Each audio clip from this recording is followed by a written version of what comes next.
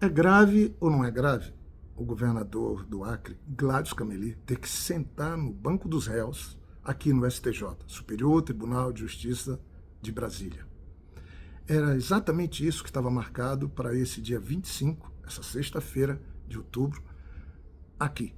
Mas que, por conta dos advogados do Gladys, foi transferido agora para o dia 5 de novembro próximo. Eu estou falando dessa acusação de corrupção, desse processo que começou lá atrás, quando o aliado dele governava, o Bolsonaro, e foi a polícia liderada pelo Bolsonaro, que foi na casa do Gladys, foi na casa de seus familiares, foi dentro do palácio buscando provas de um dos maiores esquemas de corrupção da história do Acre. E que colocaram como chefe dessa organização criminosa o governador do Acre. Não foi só a Polícia Federal, foi o Ministério Público Federal também.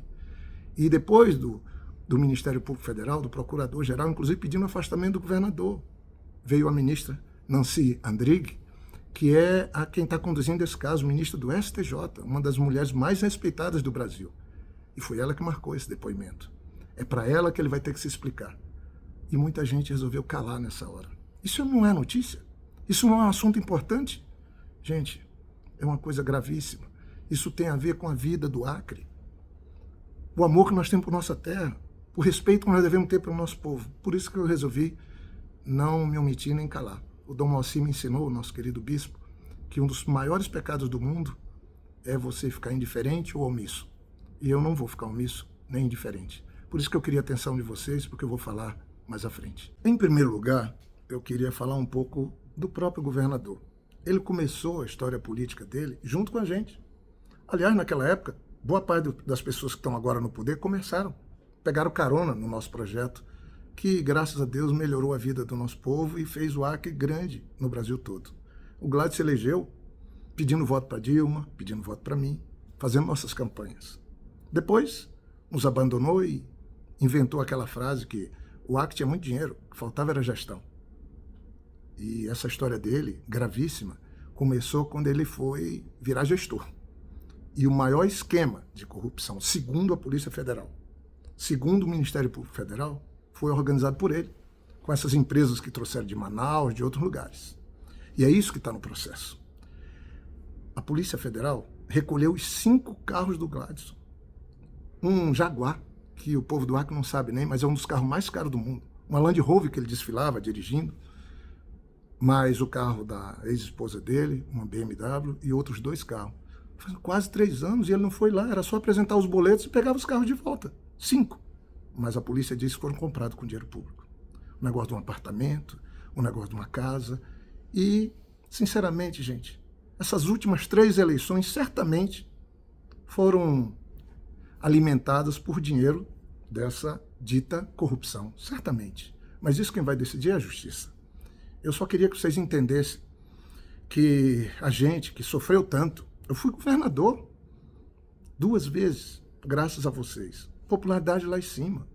Mas resolveram destruir minha reputação, fizeram acusações infundadas, criminosas. Eu não respondo nenhum processo. Nenhum único processo. Sabe por quê? Porque, graças a Deus, eu governei com honestidade e com muita dedicação, com uma equipe muito dedicada e competente. E as mudanças estão aí. Não só em Rio Branco. Em cada um dos municípios do estado tem um pouco do nosso trabalho. Agora, a gente vê o governador sentando no banco dos réus e tomara que justiça seja feita ou que tudo fique esclarecido. Bem, um segundo aspecto que eu gostaria de dividir com vocês é esse silêncio todo. Tem muita gente indo embora do Acre, morar na Paraíba, outros vão para Santa Catarina. Eu ouço tanta reclamação. O Acre é onde minhas filhas vivem, meus netos vivem, onde eu tenho minha casa. Eu estou agora trabalhando com o presidente Lula, mas sofro muito de ver o abandono de tudo. E essa turma que chegou no poder, que eu falei outro dia de incompetente, preguiçosa e corrupta, estão acabando com o nosso Estado. Começou tudo com aquele famigerado ex-presidente e aliado deles, porque foi ele que mandou a polícia ir lá.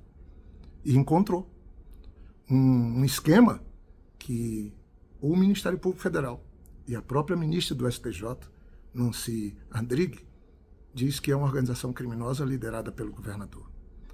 O que me deixa estarrecido é ver tanta coisa errada e ruim acontecendo no nosso estado, nessa aliança de prefeito, que outro dia acusava o Gladys de corrupto, e agora viraram tudo aliados, desses extremistas, negacionistas que assumiram o poder no Estado, alguns mandatos, esse pessoal não fala nada, não faz nada. E a situação só piora. Mas eu acredito que o acriano tem a alma da acrianidade nas suas veias e vai, em algum momento, enxergar essa barbaridade que nós estamos vivendo no nosso Estado, que precisa ser página virada para a gente ver o Acre voltando a dar certo de novo, ser respeitado no Brasil e a gente trabalhando todo mundo unido, de mãos dadas, pela nossa terra. Eu sei que nesses tempos ficou valendo a narrativa de que no tempo do PT, no governo, tinha corrupção, mas, gente, vamos ser honestos uma vez. Nós não teríamos feito o que fizemos se não tivéssemos trabalhado honestamente, com os nossos defeitos. E eu estou fazendo esse vídeo não é aqui para previamente condenar a Gladys, ou seja, quem for. Eu só quero que justiça seja feita. Todo mundo tem a presunção da inocência. Mas o que está ocorrendo no Acre é muito sério. E começou quando aquele famigerado ex-presidente chega aí e diz que ia metralhar os petistas e ninguém falou nada. Mas ele, que ia metralhar os petistas, acertou um tiro bem na testa do aliado dele, o governador Gladys, com a Polícia Federal dele, mandando invadir o palácio e montar essa operação toda.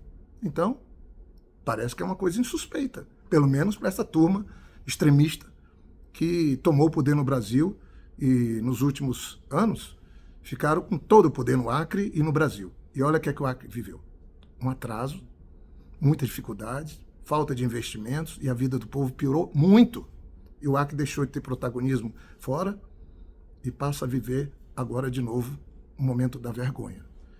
Mas eu acho que ninguém pode desistir da nossa terra. A gente tem muito amor pelo Acre. Eu, particularmente, nunca vou me ausentar da luta por essa terra. Agora que eu estou mais experiente, eu sei que o nosso Acre é uma terra boa, que lutou para ser parte do Brasil, tem uma história linda. Fico triste, às vezes, de ver que eles não sabem nem quem foi Plácido de Castro, quem foi Newton Maia, quem foi Galvez. Quem não tem amor, quem não preza o passado, não tem presente e não terá futuro. Daí, gente, eu espero sinceramente que justiça seja feita e que se o Gladys deve, e se os aliados dele devem, se assaltar o nosso Estado, que paguem.